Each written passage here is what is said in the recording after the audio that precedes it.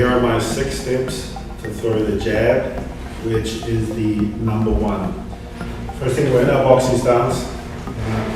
So our step number 1 is the punch starts at your left foot. Every jab starts from your foot. So we rotate our foot. Step 2 is that power comes up the chain. You point your left hip to your target.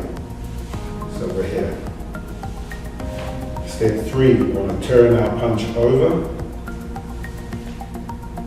Step 4 is right hand protects the chin, left shoulder protects the other side.